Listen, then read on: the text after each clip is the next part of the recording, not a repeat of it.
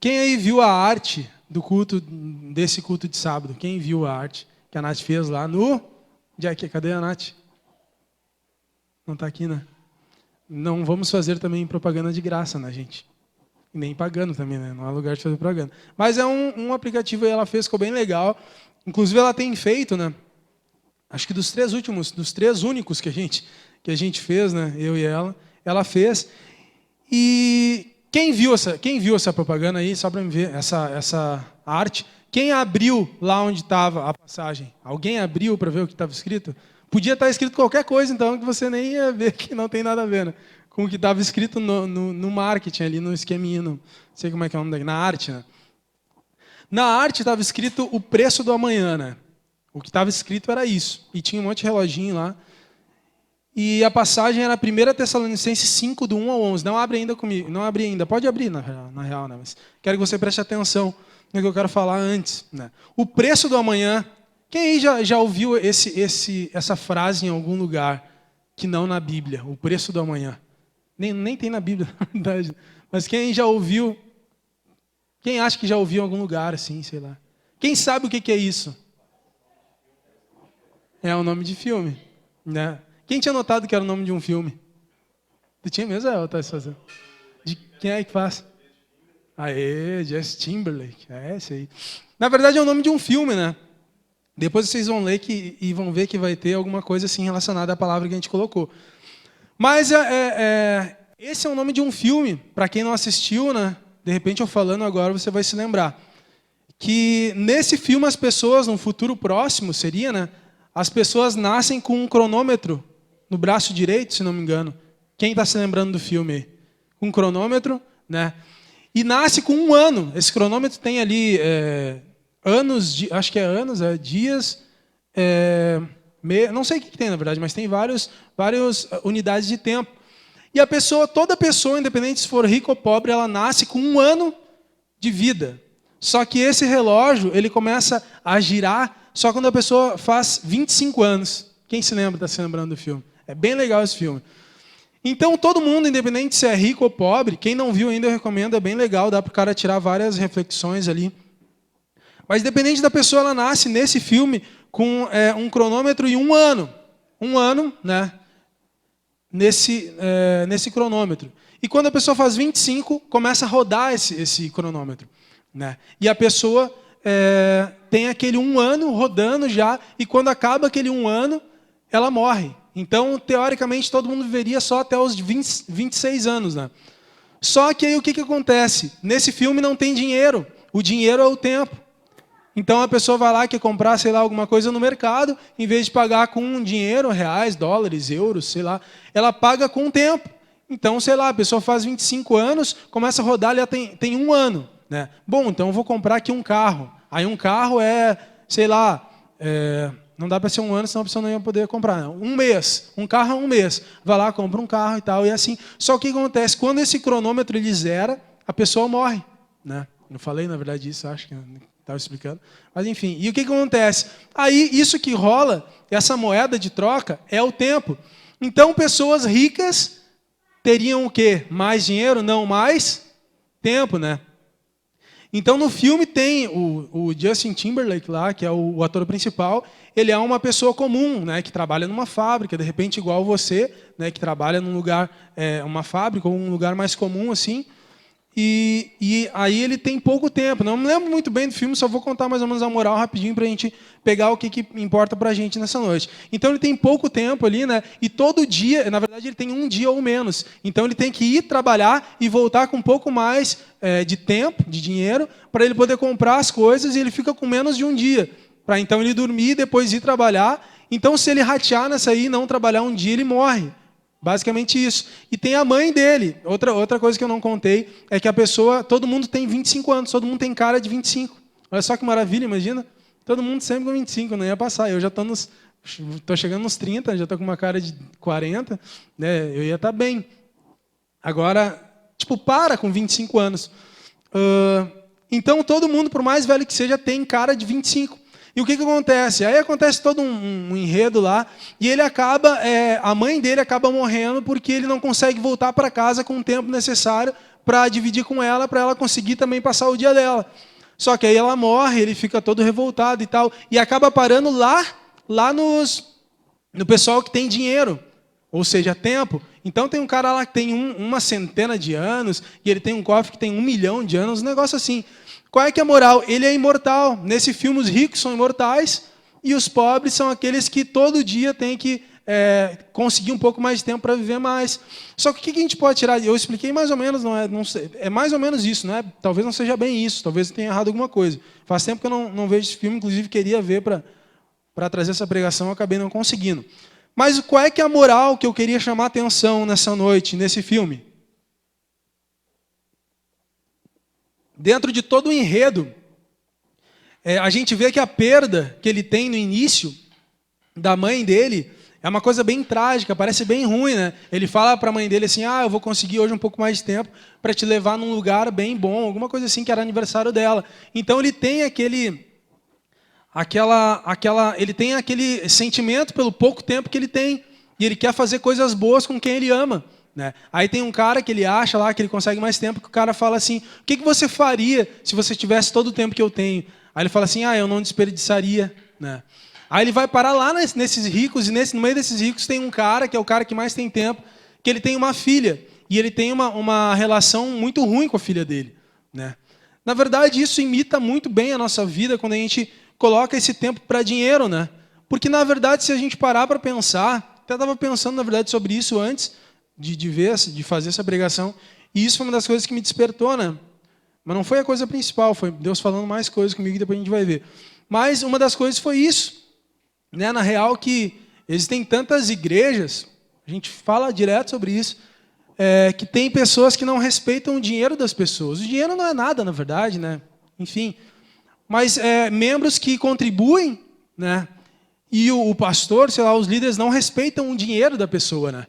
Faz um monte de coisa, de repente compra coisa para ele, não sei, né? Não vou falar e dar exemplos. Mas o que é isso, né? A gente fala assim, é só dinheiro. Não, é só dinheiro e tal, né? O cara não tem que se apegar e tal. Mas, na verdade, o que foi gasto para a gente conseguir dinheiro? Tempo. E o que é tempo? O tempo é uma unidade do quê? O que é todo o tempo que a gente tem aqui, a gente chama de vida, né? Na verdade, o dinheiro ele representa a vida de alguém, né? Então, quando a gente está tocando dinheiro para cima e tal, aquela galera que ostenta, digamos assim, né? Que ostenta e tal, comprar coisas caras, de certa forma, aquilo que ele está gastando é a vida de alguém. Eu não estou querendo valorizar o dinheiro com isso, mas eu estou querendo trazer a importância do nosso tempo, principalmente, né? Da gente respeitar isso. Mas uma coisa que eu acho importante, eu acho interessante também desse filme, é que tem os ricaços lá que tem muito tempo e eles acham que eles vão viver para sempre. Inclusive a filha do cara que se apaixona por Justin Timberlake lá, que é o principal, ela fala assim que eles, por serem ricos, eles podem viver para sempre, se não fazer nenhuma besteira, né? E aí que ele conquista ela, que ele é bem loucão e tal, não está nem aí, que ele quer se vingar na real. Mas ela fala isso, e agora sim, deixando o filme um pouco de lado, né? Parece que a gente está pregando sobre o filme. Agora sim a gente traz para a nossa realidade, né? De repente você que já conversou comigo algumas vezes, ou já viu falando por aí, sério, né? Às vezes eu falo não tão sério. Você já viu falando que, talvez alguém já tenha visto, que o problema do homem, o problema do ser humano, o problema do homem e da mulher, do ser humano, é achar que vai viver para sempre, né? Se a gente fala de morte, parece uma coisa ruim. Na verdade, para todo mundo é uma coisa ruim morrer. É uma realidade, é uma verdade, inevitável, mas parece ruim. E a gente vive a nossa vida achando que a gente vai viver para sempre, né? E o que isso traz, né? Fazendo o link lá com o filme. Exatamente o que os ricos no filme, que vivem para sempre, é mais ou menos aquilo ali. Ele não dava a importância para a filha dele, resumindo, né? O que tem de mais precioso para uma pessoa que tem um filho, se não um filho? Qual é que é a nossa verdadeira herança? Qual é que é o nosso verdadeiro legado nesse mundo, né? A pessoa mais preparada e mais que se importa mais com o legado, de repente vai falar assim, é o meu trabalho científico, né? O cara que criou a cura do não sei o que lá, entendeu? Mas será que é isso? Talvez seja. Mas e o filho? Será que o filho não é o nosso maior legado? Será que talvez se eu não ensinasse o meu filho, digamos, entrando nesse exemplo, ensinasse o meu filho a minha paixão e a minha vontade de encontrar uma cura para alguma coisa, ele não encontraria a cura para doenças muito mais difíceis de encontrar a cura? Eu peguei um exemplo, mas não sei se você entendeu o que eu quero dizer. O nosso filho, né, o filho que você vai ter um dia, quem não tem bastante gente que é bem novinha aqui, mas o filho que você vai ter, vocês vão ter, ou que vocês que já têm, é o nosso legado vivo, né? Então, a gente vê que quando a gente acha que vive para sempre, vai viver para sempre, ou tem 50 anos pela frente, a gente troca um pouco os pesos das coisas, a importância das coisas. Por exemplo, de repente você está brigado com alguém muito importante na tua vida. Teu pai, a tua mãe, está brigado com teu irmão, com um amigo de infância, está brigado com o tio, com a tia, com a avó, não sei. Geralmente as pessoas têm alguém que é próximo e que brigou, né? Geralmente tem alguém assim que pelo menos não está se falando, digamos assim.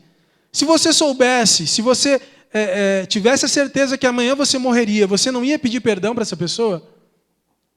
Não sei quanto a você, né? Mas eu pediria perdão para todo mundo que eu tivesse brigado. Né? Pelo amor de Deus, vou morrer, me desculpa, cara. Sabe? Me desculpa, mãe, pai, me desculpa, meu irmão, meu amigo, não sei. Por que a gente não pede perdão, então? Por que a gente gasta o nosso tempo com coisas e não pessoas? Será que se você soubesse que ia morrer amanhã, você ia sair correndo agora aqui, ia lá para a fábrica ou para o lugar onde você trabalha e ia fazer o mais rápido possível o maior número de tarefas que você tem para fazer? Alguém faria isso? Será que se você soubesse que ia morrer amanhã, você ia assaltar um banco para conseguir muito dinheiro? Não, né? O nosso problema é achar que a gente vai viver para sempre. Isso nos confunde um pouco. Faz a gente trocar as bolas daquilo que deveria ser e daquilo que realmente é, daquilo que tem importância e daquilo que não tem tanta importância, ou talvez nenhuma importância. O maior problema, ou talvez um dos maiores problemas do homem, na minha opinião, não vou dizer que né, bater um martelo, mas é a gente achar que a gente vai viver para sempre. Isso nos confunde muito. Abre comigo em 1 Tessalonicenses, agora sim, quem não abriu ainda. 1 Tessalonicenses 5, 1 ao 11.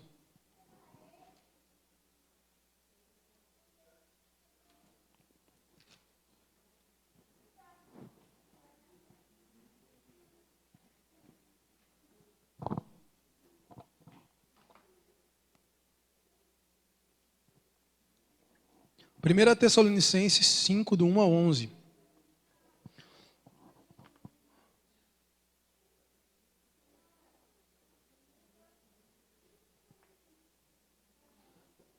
Muito forte essa palavra aqui, viu?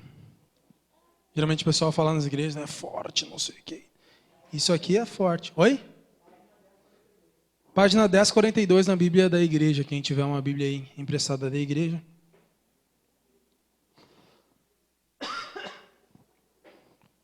Todo mundo? Pode ler?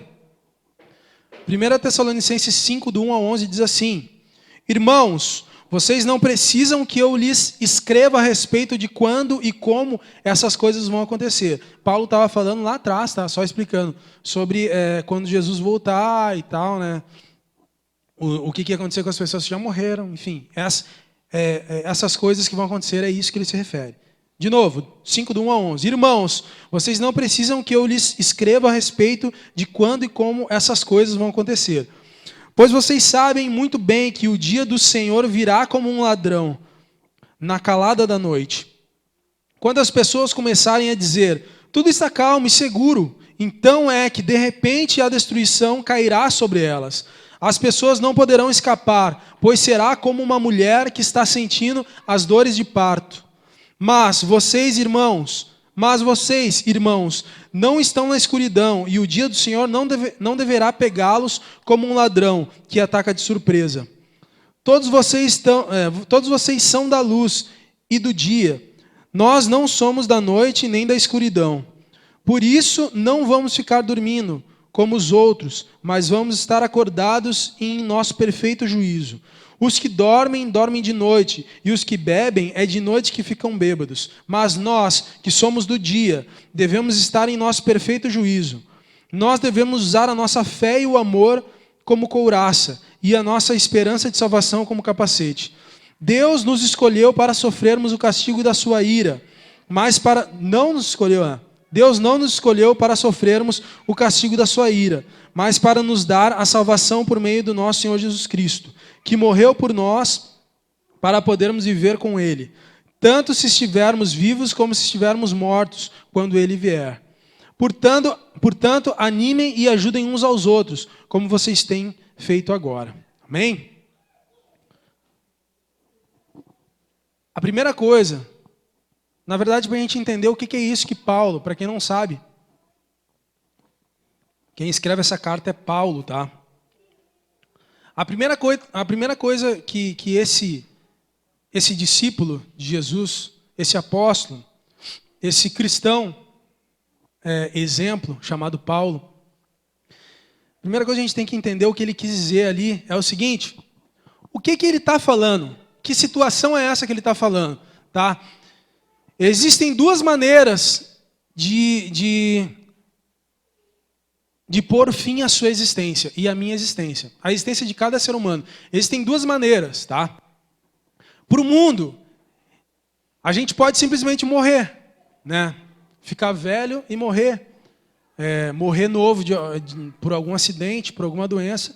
Esse pode ser o fim da nossa existência, pelo menos aqui. A outra maneira pode ser que o mundo acabe, né? Quem nunca viu um filme que o mundo acabe, não sei o que, eu acho legal, eu gosto desses filmes de ficção, né? Que tem um maremoto, alguma coisa assim, enfim. Eu gosto de filme, na verdade, né? Não quero que o mundo acabe, mas gosto dos filmes sobre. Então pode acontecer isso, pode acontecer uma guerra, por exemplo. Hoje em dia, provável, não sei ao certo, já ouvi falar nisso, mas parece que se todos os países que têm bombas atômicas, nuclear, decidissem fazer uma guerra nuclear, eles iam acabar com o mundo. Isso pode acontecer. Algum tempo atrás, alguns países estavam trocando umas farpas aí, parecia que poderia acontecer uma guerra assim. Pode cair um meteoro, tem filmes que caem um meteoro e tal, e acaba, né? Só catástrofe que eu estou falando. Pode acontecer. O mundo ele nos dá duas opções para que aconteça um fim à nossa existência. Nenhuma delas há esperança, de acordo com o mundo. Você morre e deu. O mundo acaba e deu. De repente vai acontecer de novo a evolução e tal. Nenhuma delas traz esperança para a gente. De acordo com Deus, existem duas maneiras da nossa existência, pelo menos aqui, acabar. Também morrendo, por ficar um pouco mais velho e tal. Alguma doença, alguma coisa assim, né? Deus nunca prometeu que a gente ia viver para sempre aqui. A gente pode morrer aqui, de acordo com Deus. Ou, a segunda maneira é Jesus voltando. E aí sim, acontecendo tudo que tem que acontecer e tal. É uma série de fatores. Mas, Paulo está falando exatamente dessa situação. De Jesus voltar, o dia do juízo. Detalhe, nas duas hipóteses do mundo, não há esperança para a gente. Acaba. Você entendeu isso? Morre e acaba, ponto. Nas duas hipóteses de Deus, nas duas há esperança. Tanto quando Jesus voltar, quanto se a gente morrer também aqui nesse mundo.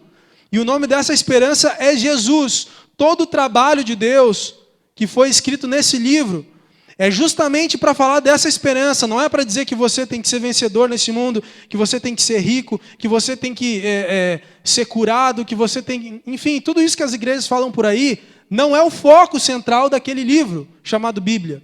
Mas é o foco é dar uma esperança para depois da morte aqui.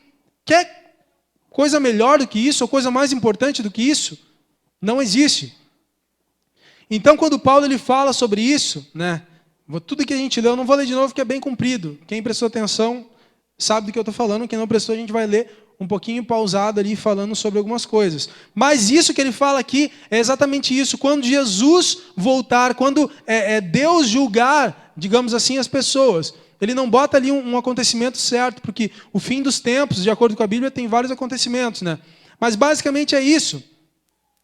Mas dentro dessa passagem, você que prestou bem atenção, né? vai ver que parece que Deus é meio mal, né? Porque fala da ira de Deus, fala que as pessoas vão ser destruídas, né? Depois a gente vai ler ali alguns versículos e você vai entender.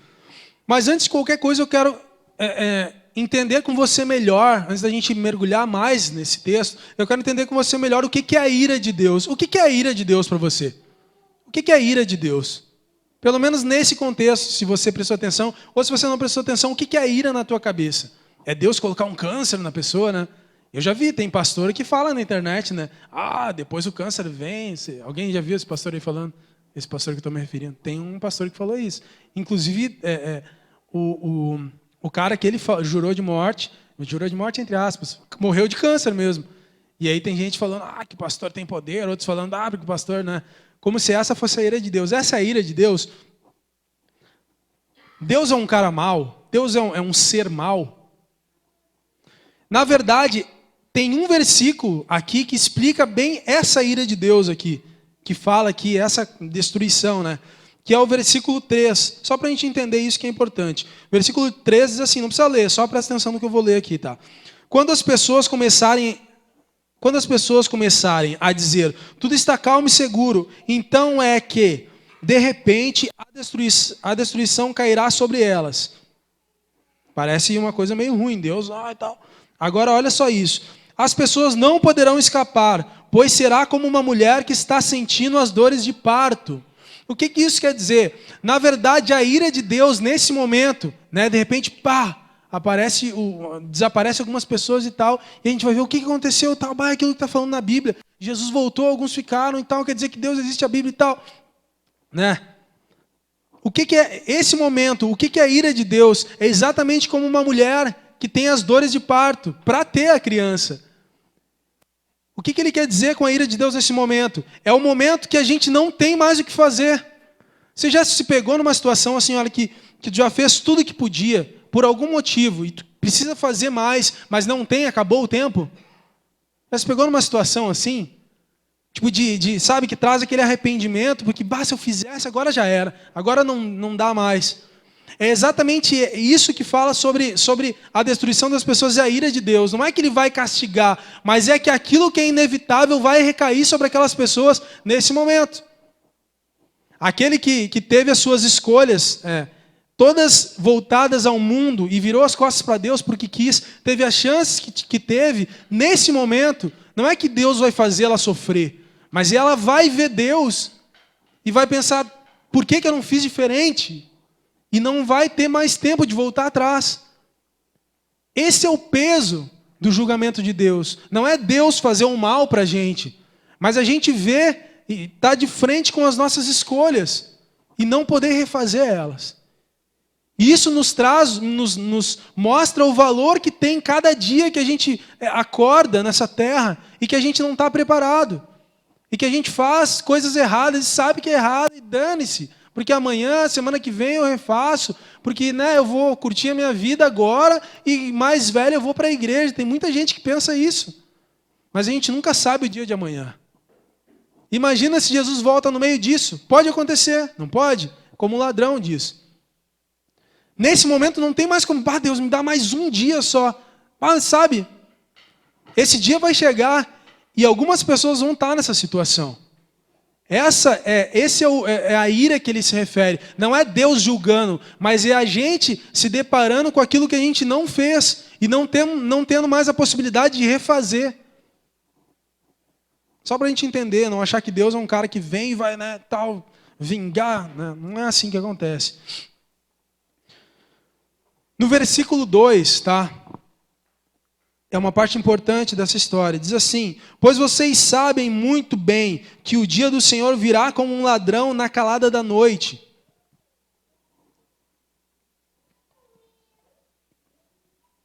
O que isso quer dizer?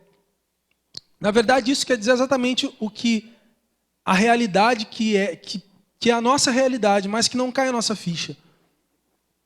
Ali quer dizer que Deus ele pode acabar com tudo e aparecer na nossa frente amanhã. Mas isso também quer dizer que a gente não sabe o dia de amanhã. Já pensou o que você vai fazer amanhã? Quem vai fazer um churrasco? Tem um churrasco programado aí. Quem tem algum churrasco? Não quer entregar o jogo para ninguém. Quem vai para Porto Alegre amanhã no cinema, no shopping? Alguém? Aí tu pode falar, porque a pessoa não vai ir, né? Alguém tem? Provavelmente alguém tem alguma coisa programada para amanhã, que é domingo, né? Mas você já parou para pensar que só porque a gente programou não quer dizer que vai acontecer? Pode acontecer muitas coisas. Eu posso ter programado de ir no cinema amanhã, mas ficar doente hoje e não vou.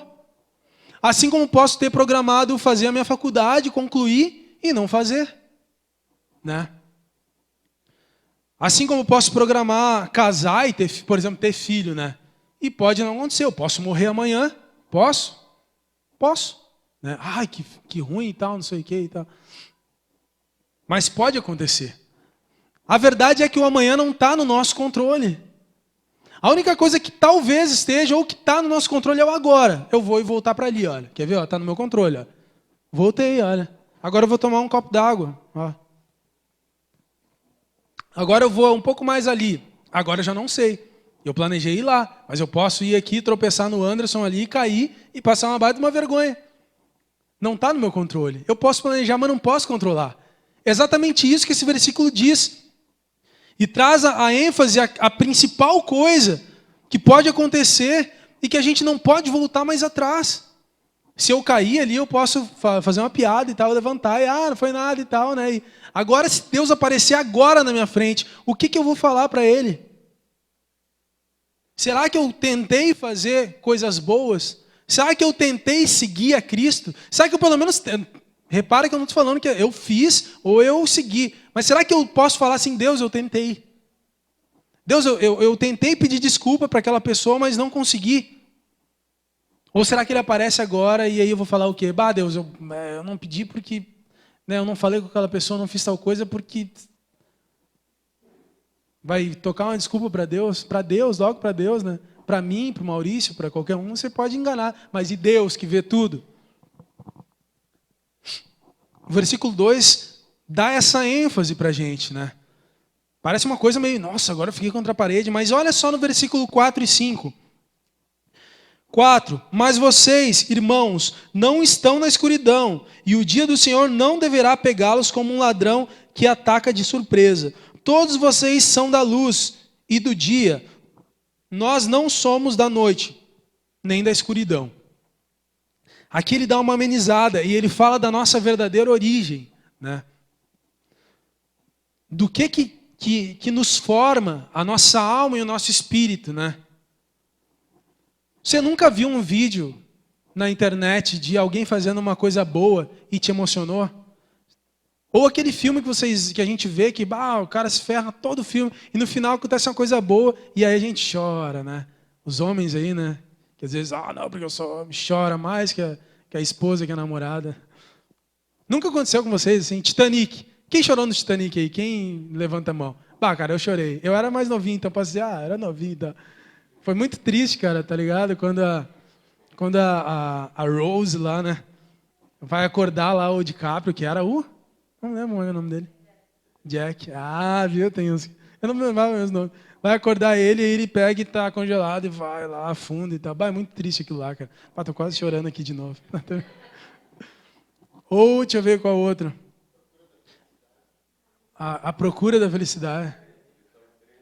Oi? Esse eu não sei, eu não vi. Toy Story diz que é... que eles dão as mãozinhas assim, vão, né? Quando vocês descobriram que o Sandy Júnior ia voltar, vocês não choraram também. Eu não sei até que ponto isso aí é bom, né? Para quem gosta é bom, para quem não gosta, sei lá. Mas enfim, oi? Qual? Esse eu não vi, esse. Mas eu sei que é bom. A Culpa é das Estrelas, quem já viu aí? E concorda que é um filme chorativo, sei lá. Eu ia falar um que era top. Clique, cara. Clique não tem como não chorar. Clique, parece que pega o coração do cara e faz assim. Vai dizer, a Nath viu outro dia. Ô, amor, tu viu outro dia Clique, né? Viu, né? E tu chorou? Chorou? Acho que tu falou isso a mim, né? Chorei. Enfim, por que a gente chora com coisa boa, cara? Vai dizer, né? Com coisa ruim, quando é com a gente até chora, mas quando é com outro, a gente fica com raiva. Mas quando é coisa boa com os outros, a gente chora. Por quê, cara? Porque a gente tem uma origem boa, Sabe, até por mais cruel que seja o bandido e tal, aquilo que é formado ele por dentro, alma, espírito, ainda é semelhança de Deus. A gente tem essa origem boa, sabe? O ser humano não tem essa origem. É óbvio que se a gente se afasta, se nós nos afastamos daquilo que é a nossa origem, a gente perde a essência. Vai perdendo com o tempo. E a gente vê os homens fazendo tantas coisas bem ruins por aí, com a natureza revidando, né? Que foi as barragens e tal. O próprio homem fazendo mal para o homem, né? Diretamente, que nem os massacres. Ou o homem fazendo mal para o homem indiretamente, que nem os políticos corruptos, né? Que cada 1000 ou milhar que eles desviam, para eles é só um, porque tem um monte lá. Mas e a pessoa que está morrendo na fila do hospital lá, que precisava de um remédio ou de um tratamento que era, sei lá, 500, 300 reais, não sei. Estou só...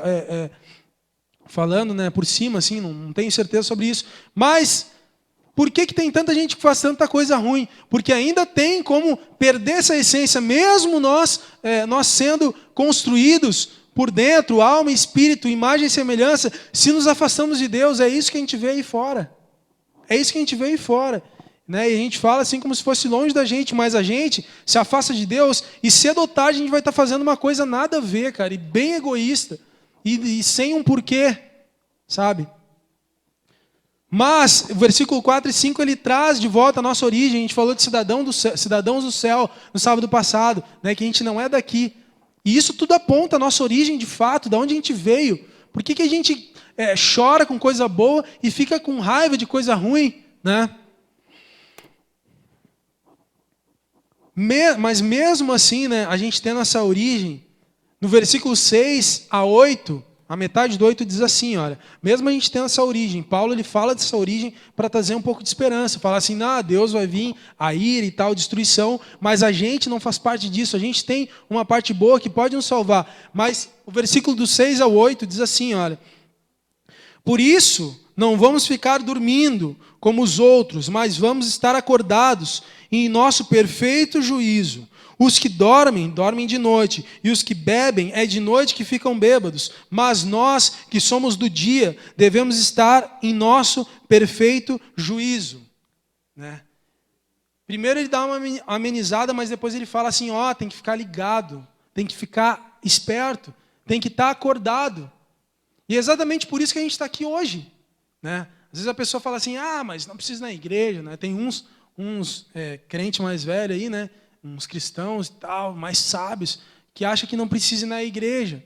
Mas é justamente por isso que a gente está aqui hoje. A gente precisa de alguma coisa para manter a gente acordado. Sabe quando a pessoa está dormindo assim no culto e alguém faz assim, a pessoa se acorda?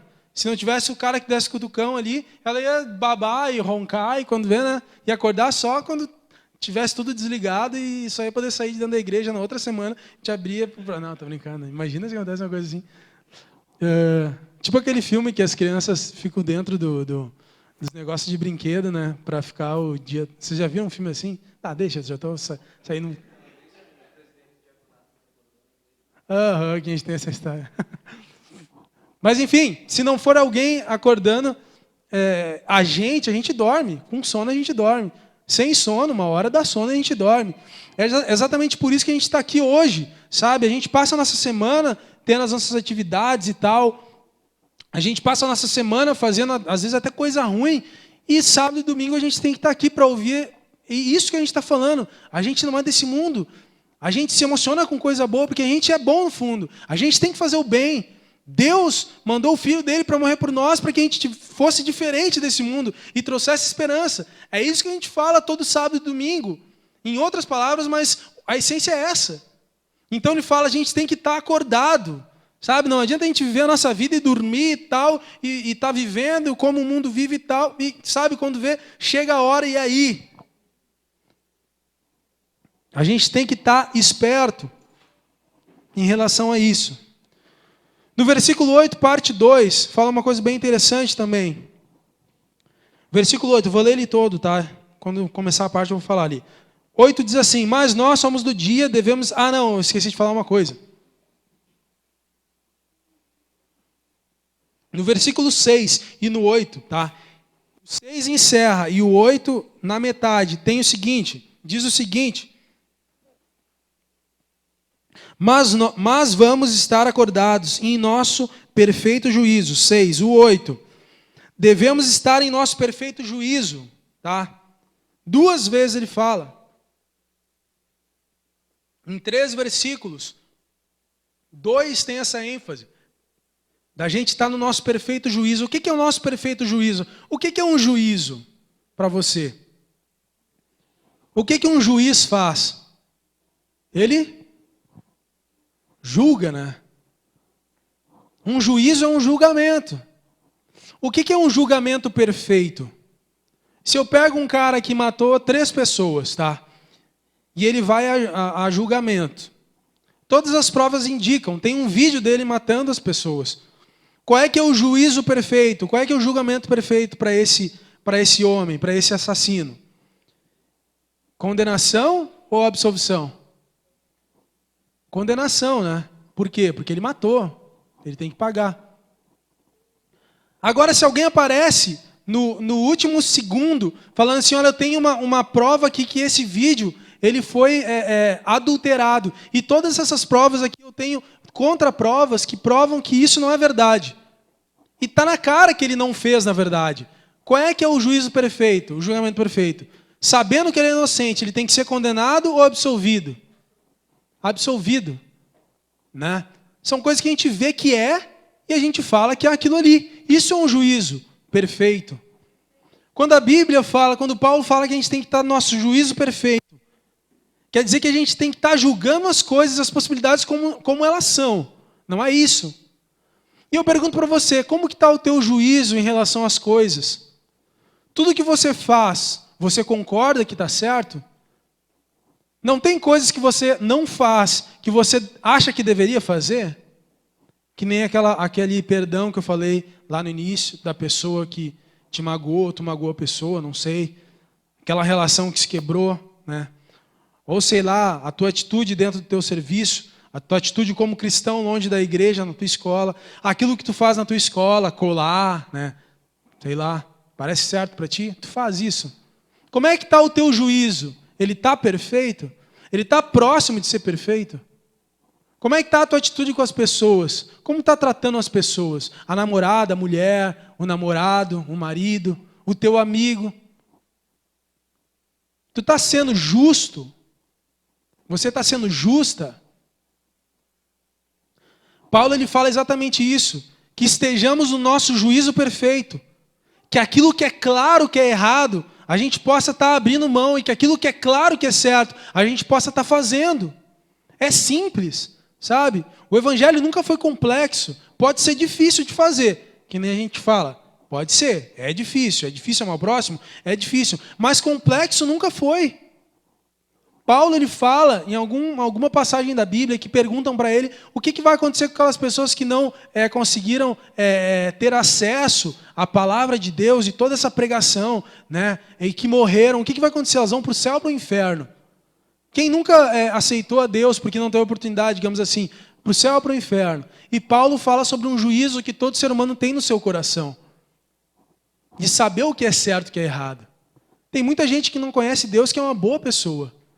Talvez faltou só a oportunidade. Talvez faltou só você falar alguma coisa sobre Deus e Jesus para essa pessoa. Mas é uma pessoa boa. Tem um juízo bom. Que a gente possa ficar com isso no nosso coração. O nosso juízo sobre as coisas. Como está o nosso juízo? Como que a gente está agindo em relação a isso? Versículo 8, parte 2. Só ver que hora que é aqui. Tá bom. Versículo 8, parte 2. Vamos rapidinho aqui. Diz assim, interessante isso, olha.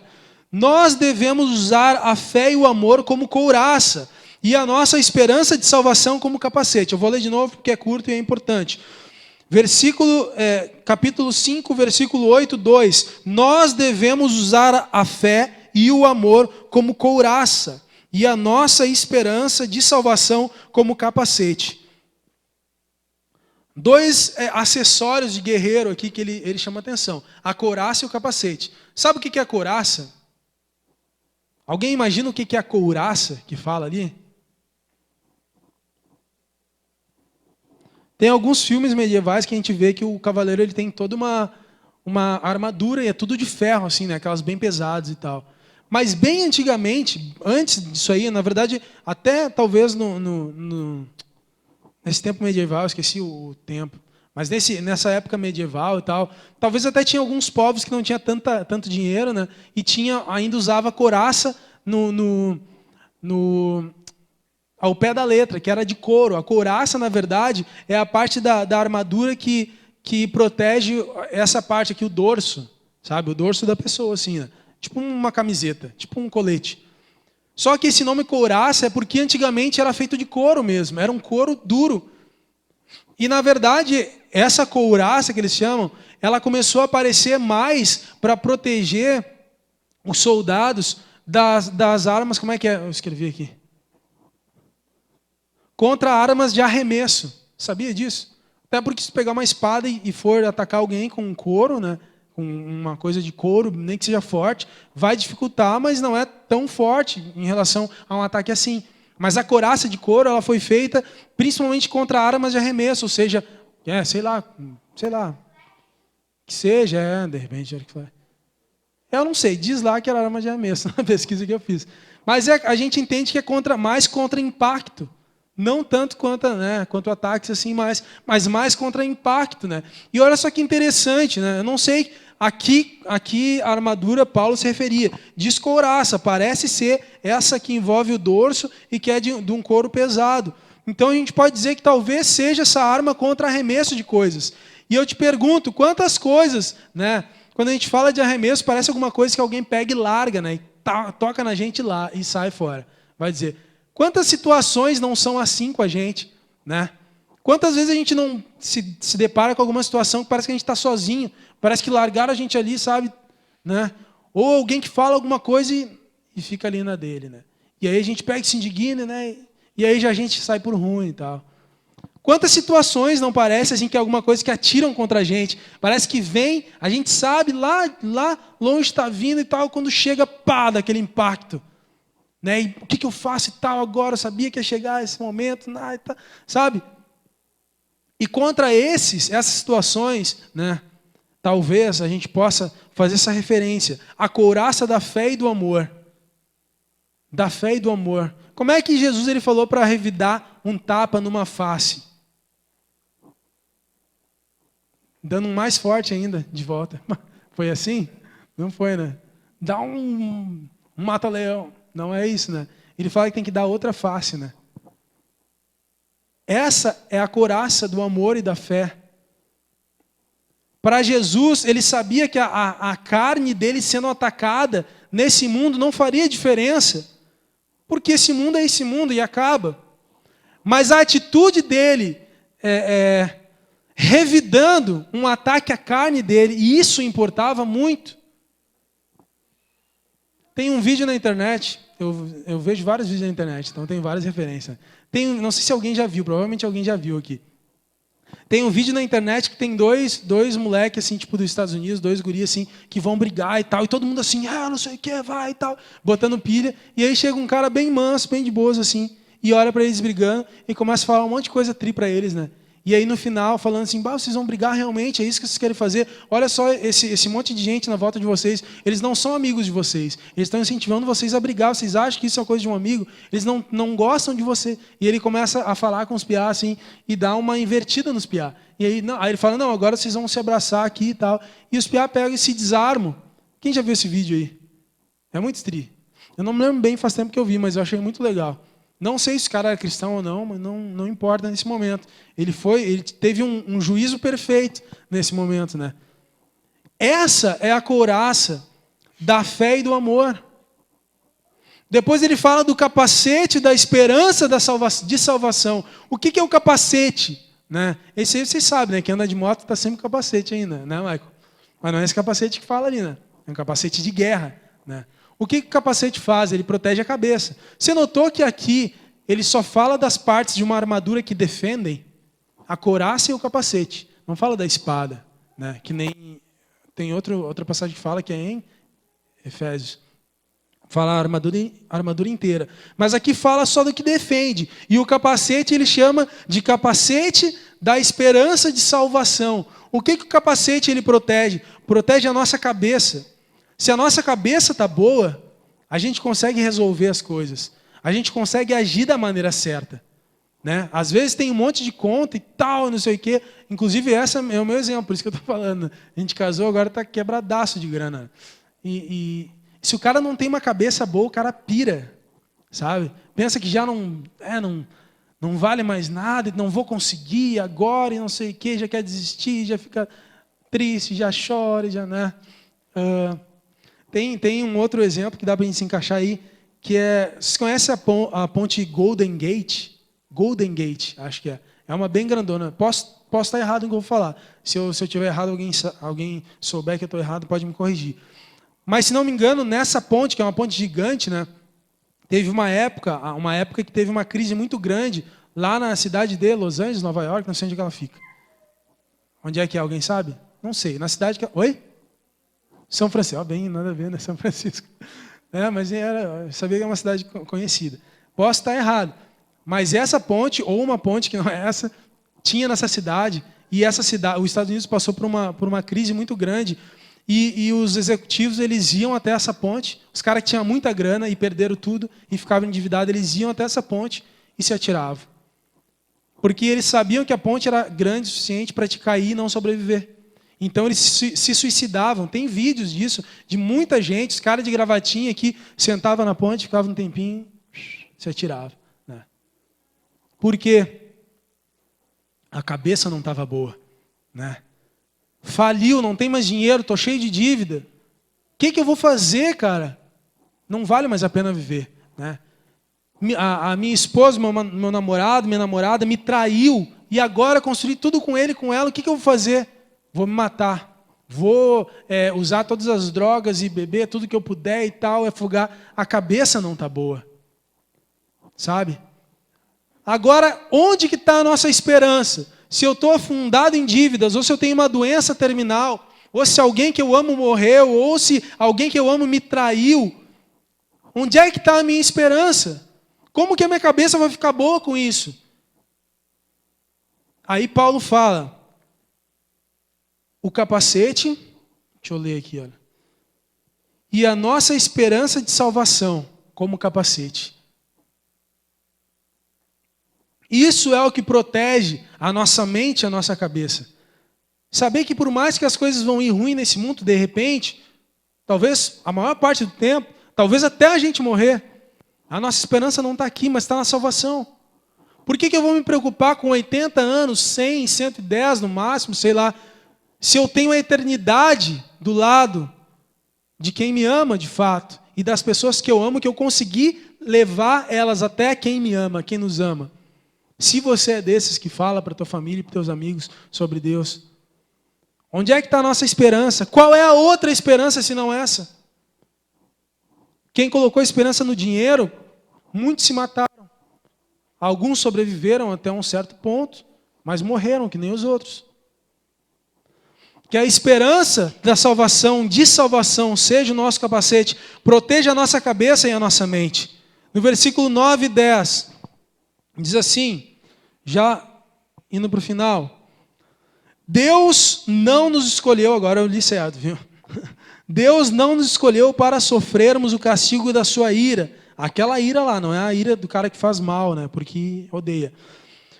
Mas para nos dar a salvação por meio do nosso Senhor Jesus Cristo. Salvação por meio do nosso Senhor Jesus Cristo, que morreu por nós para podermos viver com Ele, tanto se estivermos vivos, como se estivermos mortos quando Ele vier. Se lembra que a gente falou sobre o filme que o nome era, no início a gente falou do filme que o nome era o quê? O preço do amanhã, né? Esse é um preço que a gente paga todo dia, trabalhando na fábrica, juntando o nosso dinheiro para garantir o nosso amanhã, né? Fazendo a nossa faculdade para garantir o nosso amanhã. Trabalhando para garantir o nosso amanhã. Tentando fazer o melhor que a gente pode em relação à nossa família para garantir o nosso amanhã. Esse é o nosso preço do amanhã, que nem no filme. Por isso que é o nome preço do amanhã. Mas Jesus fala, mas a Bíblia fala que morreu por nós para podermos viver com Ele, tanto se estivermos vivos como se estivermos mortos, quando Ele voltar. Ninguém sabe o amanhã. Se é vivo ou se é morto, a gente não sabe. E mesmo se a gente soubesse, O preço do amanhã já foi pago. Sabe, o dia que eu vou tá esperando Jesus voltar, que eu vou morrer amanhã, ou que eu vou viver amanhã, Deus sabe. E esse preço, para eu estar vivo ou não amanhã, Ele pagou na cruz. Esse preço do amanhã, que é o nome do filme, já foi pago. Qual é a nossa preocupação, então? O que a gente tem que fazer em relação ao amanhã? Exatamente o que todos esses versículos que eu li, eles querem dizer. O que Paulo quer dizer? Que a gente esteja preparado para o amanhã. Você está preparado para o amanhã? Eu estou. Mas tu sabe qual é o amanhã? Não sei. Então como que tu está preparado para o amanhã? Para que a gente está preparado? Para o amanhã aqui? Ou para o amanhã que Deus vai trazer para a gente? Se amanhã eu descobrir que tem uma doença, eu estou preparado? Se é o amanhã de Deus, eu estou. Eu vou encarar essa doença. E Deus está comigo. Se é para eu estar desempregado amanhã, eu estou preparado? Vou me desesperar? Se é para o amanhã de Deus, eu estou preparado. A pergunta não é qual é o preço do amanhã, o que eu tenho que fazer para garantir o meu amanhã. Mas a proposta é estar preparado para o amanhã. Para o que vier. Ontem a gente falou sobre, no grupo lá, falou um pouco sobre muitas coisas, né? E aí eu falei, não sei por que eu falei isso, mas eu falei que quando eu estou nervoso, né? Eu falei isso para o Maurício e falei para a galera ontem. Quando eu estou nervoso para alguma coisa, eu penso que amanhã eu vou morrer. Tipo assim, estou nervoso para falar para um monte de gente. Aí eu penso assim, amanhã eu vou morrer. Então dane-se, né? Eu vou ficar nervoso por quê? Se amanhã eu vou morrer mesmo, vou lá e vou falar o que tem que falar. Isso adianta para mim, tá ligado? Aí eu até falei pro Maurício lá, acho que até posso dizer, né? Eu falei para a Nath, falei para a Nath em outra situação. Ela estava preocupada com a jaqueta dela. Se alguém souber onde é que está essa jaqueta, pelo amor de Deus, devolve, não. Porque ela estava apavorada por essa jaqueta. Minha jaqueta, não sei o que, minha jaqueta e tal. E eu falei assim, amor, amanhã tu vai morrer. E essa jaqueta vai fazer diferença? Né? Parecia que eu estava falando que ia matar ela amanhã, mas não é. Tipo assim, se amanhã tu morrer, que diferença vai fazer essa jaqueta, né? Aí eu falei para mais alguém, não lembro a quem eu falei, e falei para o Mal também, foi quinta. Aí ele falou, cara, tô meio tenso, tá, para falar. Eu falei, cara, pensa que amanhã tu vai morrer, né? Coisa horrível. Ele falou, não, nem me fala isso, que eu vou falar um monte de coisa lá em cima que não era nem para me falar. Porque aí o cara toma coragem, né, de falar o que tem que falar. Se amanhã eu vou morrer, eu vou falar tudo que eu tenho que falar, né? Mas o que eu quero dizer com isso? Né? Aí eu falei para a galera que, é brabo o cara ver alguém que tu ama morrer, bem difícil, cara. É dolorido um monte. Mas assim, a gente morrer, cara, morrer tem que ser lucro. É lucro para o cristão. E viver é Cristo. E eu falei, eu não tenho medo de morrer, na real. Por isso que eu falo sempre de morte, tá ligado? Se tiver que morrer, eu vou morrer e fazer o quê? Não tem que fazer, né? Mas a gente, quanto a gente, pra gente, cara, isso, morrer é lucro. Tem que ser. Se não for, vai ser o quê? Porque vai chegar o dia. Agora, o próximo morrer, sim, aí é difícil, cara, ver alguém morrendo, né? E quando a gente pensa isso, que morrer é lucro e viver é Cristo, cara, o amanhã que for, que seja o amanhã que virá, não importa, cara. Eu estou preparado. Porque eu sei onde está a minha fé. Eu sei no que eu acredito. Eu não preciso ter medo, entende? No versículo 11, já estamos encerrando, já os dois últimos. Diz assim, olha, o último, na verdade, né? Portanto, animem e ajudem uns aos outros, como vocês têm feito até agora. Quem olhou Vingadores, qual é aquele que a gente viu, amor? O último. Não é o último. É o penúltimo. Oi? É o do Thanos. Guerra Infinita. Eu fui olhar ele semana passada, eu acho. E aí, é bem legal Vingadores, tá? Eu gosto um monte de filme de super-herói. Né? E tem uma parte que aí tem o Thanos lá, o vilão, ele está tentando juntar as joias do infinito, né? Aí tem 6 e tal. E a última é a do Visão, né? Que é a joia da mente.